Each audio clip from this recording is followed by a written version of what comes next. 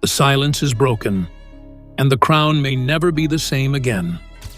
In a move that sent shockwaves through the monarchy, Prince William has publicly honored Princess Diana in a statement so emotionally charged, the subtext couldn't be ignored. Camilla, Queen Consort, is said to be devastated. Charles is torn between two halves of his life. And Harry? Surprisingly, he agrees with his brother.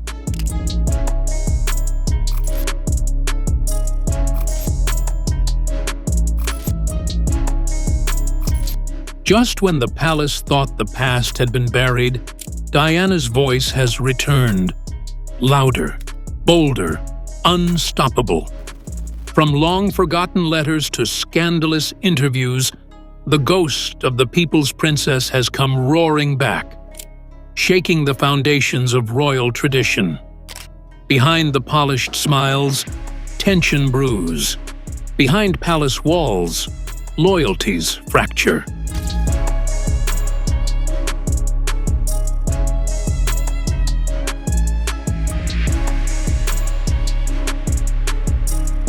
This isn't just a family feud. This is a reckoning. Decades in the making. The question now isn't what was, but what comes next.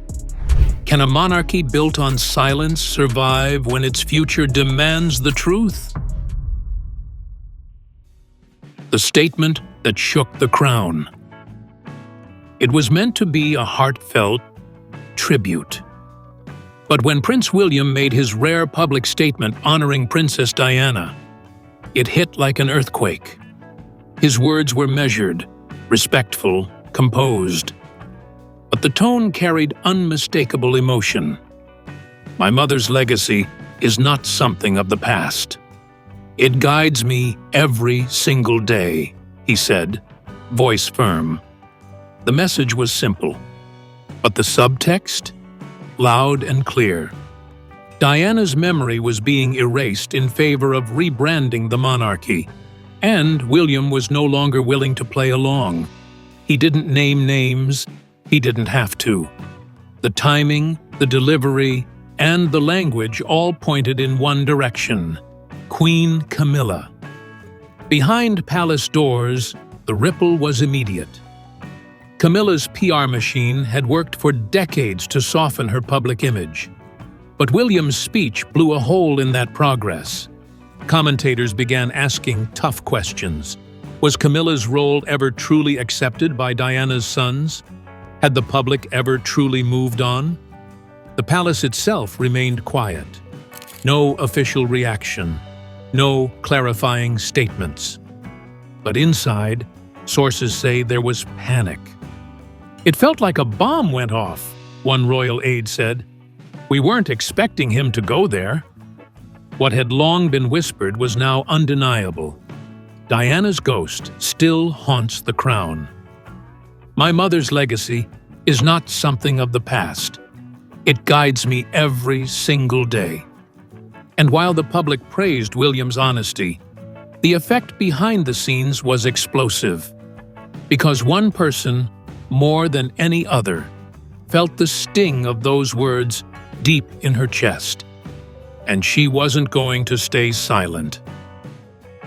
Camilla's private breakdown. Behind closed doors, Camilla was shaken. Aides described her as furious, hurt, and blindsided. She believed her decades of work had finally paid off. Charity appearances, dignified silence, measured smiles. But in one moment, William reminded the world of a truth Camilla could never fully erase. To her, this wasn't just a public slight. It was personal. William isn't just any royal. He is the future king. And if he still couldn't accept her, what did that say about the legacy she'd built with Charles? She sees this as a rejection, one insider explained. It's like being told you'll never belong. Rumors spread quickly that Camilla wrote William a personal letter. It wasn't a royal protocol move. It was emotional, desperate even. She reportedly asked for empathy, reminded him that she too had lived through years of scrutiny, and that she never meant to replace Diana. Whether William read it remains unclear. The mood in Clarence's house shifted. Charles tried to remain neutral, but was visibly torn. Camilla retreated from engagements for days. The woman once deemed untouchable by palace insiders was now cracking under pressure. "He reopened everything," one aide said, "and she doesn't know how to close it again." She sees this as a rejection, like being told you'll never belong. And just when the emotional weight of William's words began to settle, another storm hit. This time, it wasn't from a speech or a royal source. It came from the past, in Diana's own handwriting. The shocking Diana letter that resurfaced. In a twist that no one saw coming, a previously unpublished letter from Princess Diana surfaced in the press. Written during the height of her emotional struggle, the letter was raw and haunting. In it, Diana poured her heart out, not just about her loneliness, but about her fears regarding Camilla's growing influence. "I feel like I'm slowly being pushed out," the letter read. "Camilla is always there, in whispers, in shadows, in Charles's eyes." The handwriting was unmistakably Diana's. The tone, full of hurt and fear, and its sudden appearance, highly suspicious. Royal watchers immediately asked, was this leak accidental or a strategic move? Public sympathy swung sharply back in Diana's favor. The timing of the leak, just after William's statement, felt too perfect. Some speculated that someone in William's circle might have green-lit the release. Others suggested it was an ally of Diana, still loyal all these years later. Either way, the impact was immediate. Camilla, already wounded by William's tribute, was devastated. Old wounds she had worked hard to heal were now wide open again. "She feels under siege," one royal aide said. This was supposed to be the stable chapter of her life. Instead, it's unraveling. And for the public, it was a painful but powerful reminder. Diana never left. "I feel like I'm slowly being pushed out. Camilla is always there." And now, with William's words still echoing and Diana's letter reigniting old emotions, the world turned back to the very beginning, to the triangle that tore apart a fairy tale and forever changed royal history. Diana and Camilla Long. Before Diana walked into the royal spotlight, Camilla had already been in Charles's life. Their connection sparked in the early 1970s, intense, intellectual, and emotionally deep. But Camilla wasn't considered royal material. The palace found her too experienced, too opinionated. In the eyes of the establishment, she wasn't suited to be queen. So when Charles left to serve in the Navy, Camilla married Andrew Parker Bowles. Charles returned to find her gone, but the bond between them never truly ended. It remained, not physically at first, but emotionally. Their friendship, their letters, their phone calls, it all lingered. Diana noticed it early, even during their engagement. She confided in friends that Camilla's presence haunted her from the beginning. At first, Diana tried to ignore the tension, but small signs, glances, subtle jokes, whispered mentions kept bringing Camilla into the room even when she wasn't there. Diana once said, she was the third person in every conversation, even if only in his eyes. The most painful truth? Charles never really let go of Camilla, and Diana, still in her teens, was left to compete with a woman she could never replace. What looked like a fairy tale to the world was, from the very beginning, a triangle of unspoken heartbreak. She was the third person in every conversation, even if only in his eyes. But heartbreak doesn't stay hidden forever. And just days before the royal wedding, Diana discovered something that would confirm every fear she'd tried to silence. A gift not meant for her, but for Camilla. The bracelet that broke Diana's heart. Just days before her wedding to Prince Charles, Diana made a devastating discovery. A bracelet tucked away, engraved with the letters F and G, Fred and Gladys, Charles and Camilla's secret nicknames.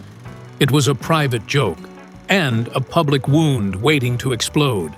She confronted Charles immediately. His explanation? It's just a token of friendship. But Diana knew better. She later admitted she almost called off the wedding then and there.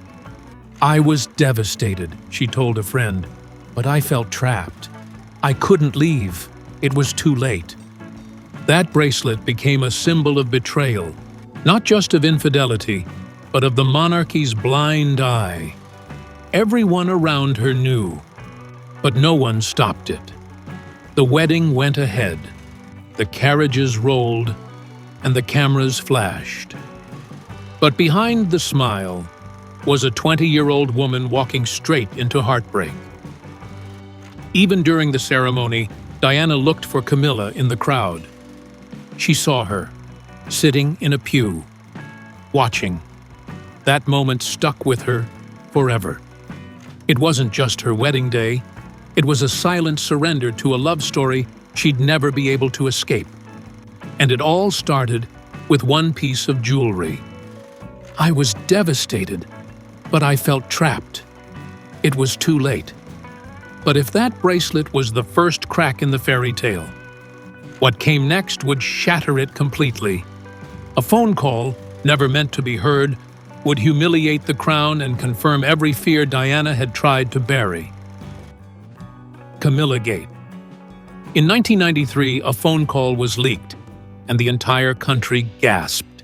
An intimate, deeply personal conversation between Prince Charles and Camilla was published by the press. In it, they spoke in whispers, flirted shamelessly, and uttered lines that would live in infamy. "I want to live inside your trousers," Charles said. The scandal was instantly dubbed Camilla Gate. For the monarchy, it was a disaster. For Camilla, it was humiliation on a global scale. The private became public, and suddenly, every denial Charles had made crumbled. There was no defending the relationship anymore. It wasn't just emotional, it was real. And it had been happening while he was still married to Diana. The public turned on Camilla almost instantly. Newspapers tore her apart. Polls named her the most hated woman in Britain. And, while Charles faced some backlash, the royal machine quickly worked to shield him. Diana, yet again, was left to stand alone, the betrayed wife blamed for not smiling enough. The palace said nothing. No apology, no explanation. Their silence only fueled the rage. And in that silence, the public chose a side. And it wasn't Camilla's. Diana's pain was no longer private. It was global. And now, the whole world knew. The fairy tale had been a lie all along. I want to live inside your trousers. And while the palace tried to contain the fallout, Diana was preparing to speak. Her pain had been ignored long enough, and when she finally told her side of the story, the entire monarchy shook. Diana's explosive BBC interview. In 1995, Diana did what no royal had ever dared to do. She told her story, uncensored, unscripted, and unforgettable. Sitting down with journalist Martin Bashir for the now famous BBC Panorama interview, Diana laid bare the truth the monarchy had long tried to bury. And with just one sentence, she rewrote royal history. There were 3 of us in this marriage. That line stunned the world. But it wasn't just the quote, it was everything else. Diana spoke about her battle with bulimia, her struggles with depression, and how she felt isolated and unsupported by the royal family. Her vulnerability wasn't weakness, it was revolution. For the first time, a royal wasn't playing a role, she was telling the truth. The interview blindsided Buckingham Palace. Queen Elizabeth was said to be deeply disturbed. Charles reportedly felt betrayed. Camilla? Silent. Her image, already fragile, shattered all over again.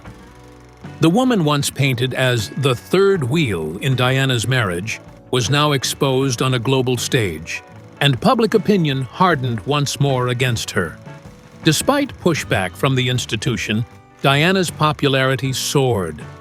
She wasn't a victim anymore. She was a voice, a symbol, a mother, a woman, and a truth-teller. And that single interview made it clear. Diana wasn't going quietly. She had found her voice, and she had the world listening. There were 3 of us in this marriage, so it was a bit crowded. But just 2 years later, the voice that had moved millions was suddenly gone.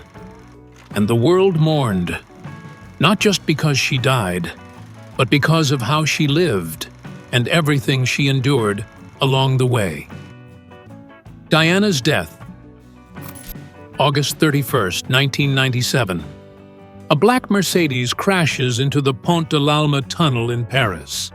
Inside it, Princess Diana. By the time the news breaks, the world stops.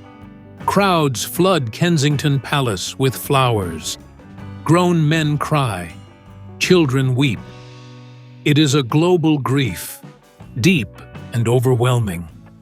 But as shock turned to sorrow, sorrow quickly turned to blame.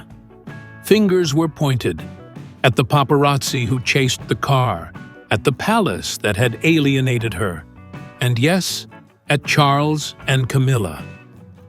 She died of a broken heart long before the crash, one mourner said. For many, they were the emotional architects of her downfall. The royal family's response was cold, delayed, almost robotic. There was no flag at half-mast, no statement for days. And that silence spoke volumes. Public outrage exploded. Diana, once silenced, now became the voice of the people, even in death. And the monarchy was suddenly on trial in the court of public opinion. Camilla disappeared from view, completely. For years, no engagements, no appearances, just whispers and closed doors. Her image, once being carefully repaired, was reduced to ashes. She was the woman Diana cried over, said one headline, and no matter how much time passed, the shadow of that crash and that grief never truly left. She died of a broken heart long before the crash. And yet, slowly, piece by piece, Charles began rebuilding the relationship he never let go of. But no matter how many smiles were staged, the question always lingered. Could the public ever truly forgive? Camilla's long road to Queen Consort. After Diana's death, Camilla was forced into royal exile. Not formally, but by public sentiment. For years, she lived in silence, largely hidden from view. But Charles never wavered. He continued to see her, quietly at first, then gradually more openly. To him, Camilla was not a scandal. She was unfinished business. By the early 2000s, the palace started carefully reintroducing her. Charitable events, brief photo ops, soft interviews, always controlled, always cautious. And it worked, to some degree. The public began to see another side of her, less mistress, more mature partner. But the ghost of Diana never let go. Whispers followed her everywhere. When Charles and Camilla finally married in 2005, the decision was loaded with compromise. Camilla would not be called Princess of Wales. That title was Diana's. She became Duchess of Cornwall, out of respect, out of strategy. They knew the public wasn't ready, a former press secretary said. Frankly, I'm not sure they ever would be. Years passed. Camilla worked hard, avoided drama, showed up where it counted. Eventually, she was named Queen Consort. But even in her highest moment, there was always an asterisk. No matter how many titles she earned, there was one she could never fully claim: the love of Diana's sons, especially William. She became queen, but never their queen. And now, with William speaking out and old wounds reopened, that quiet resentment has finally risen to the surface. He's no longer silent, and his words have become a royal reckoning. William's silent resentment. For years, Prince William played the part perfectly. Polite, diplomatic, controlled.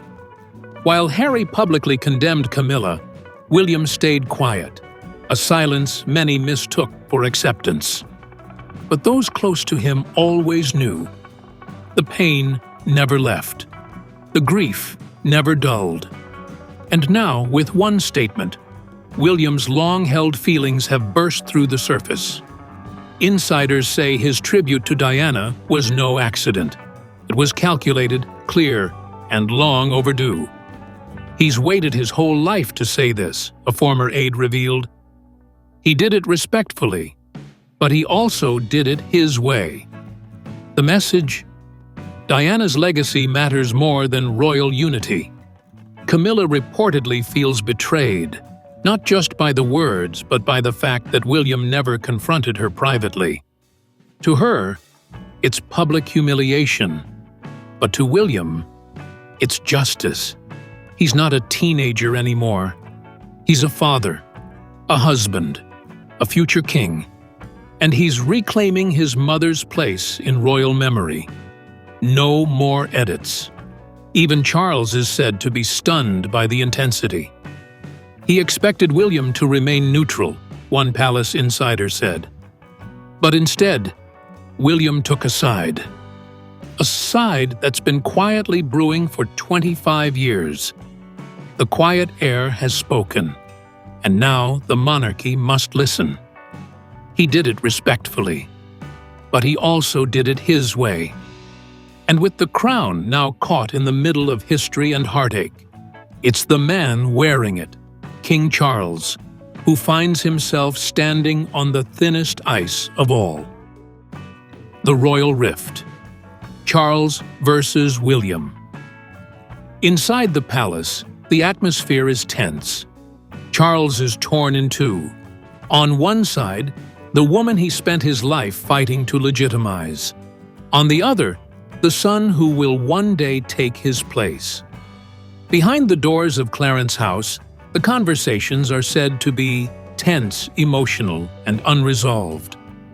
Charles has long believed he could have both, Camilla as queen and William as a loyal heir. But now that illusion is cracking. William's public statement has made it clear. He's not endorsing the fairy tale anymore.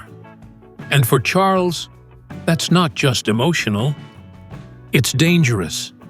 A divided front weakens the institution. Aides are scrambling. Some push Charles to release a statement calling for unity. Others urge silence, hoping the storm will pass. But every option comes with risk. Too much support for Camilla, and the public could turn. Too much sympathy for Diana, and Charles's own role gets questioned. It's a no-win scenario. The palace does what it always does, puts on a united front. Family photos, handshakes, rehearsed smiles. But behind those eyes, the tension is real. They're not speaking the same language anymore, said a royal insider. One rules by tradition, the other leads with truth. They're not speaking the same language anymore. And just when it seemed the brothers were forever divided, Harry emerged. not to attack, not to fight, but to agree. And suddenly, Camilla's quiet war became a two-front battle. Harry's unexpected agreement. It was brief, but it changed everything. In a rare moment of alignment, Prince Harry voiced support for William's message.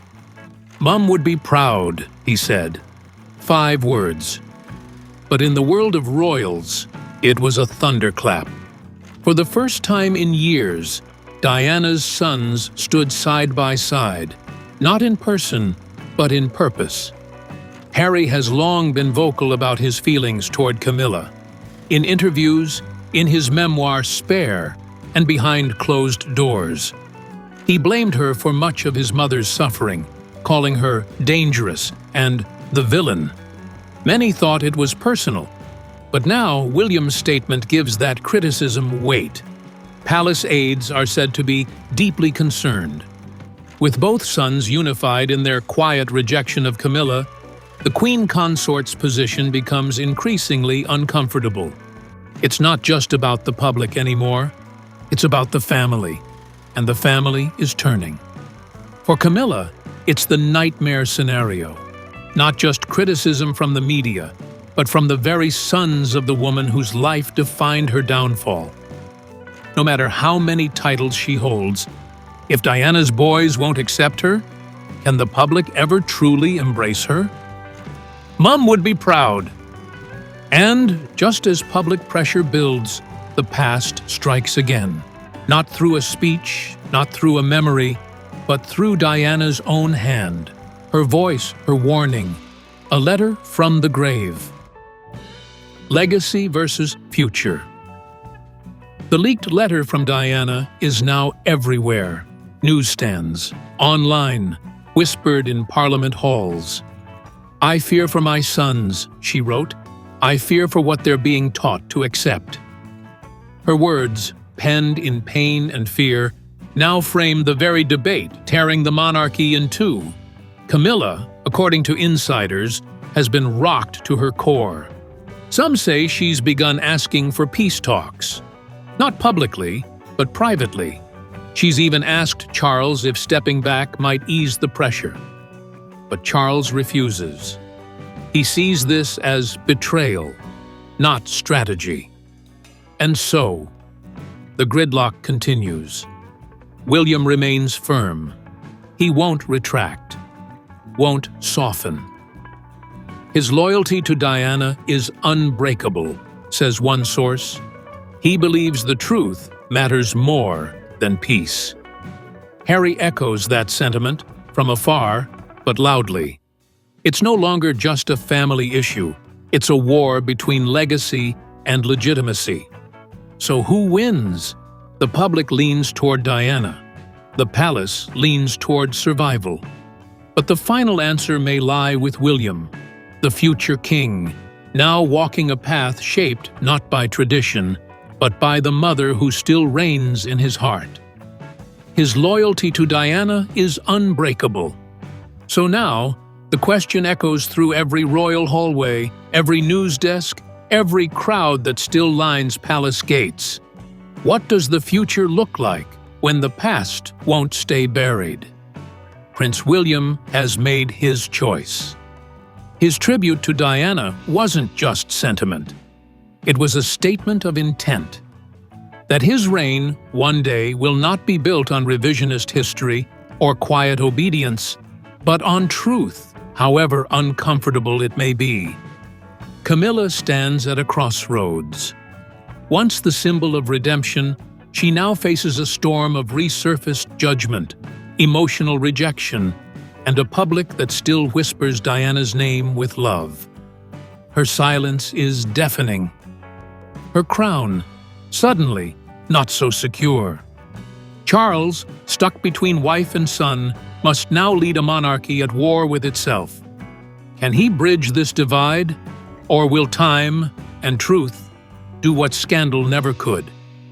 And Harry, for all the distance, all the pain, he's back on the same side as his brother, not in body, but in belief. Their mother's legacy has reunited them, for now. But for how long?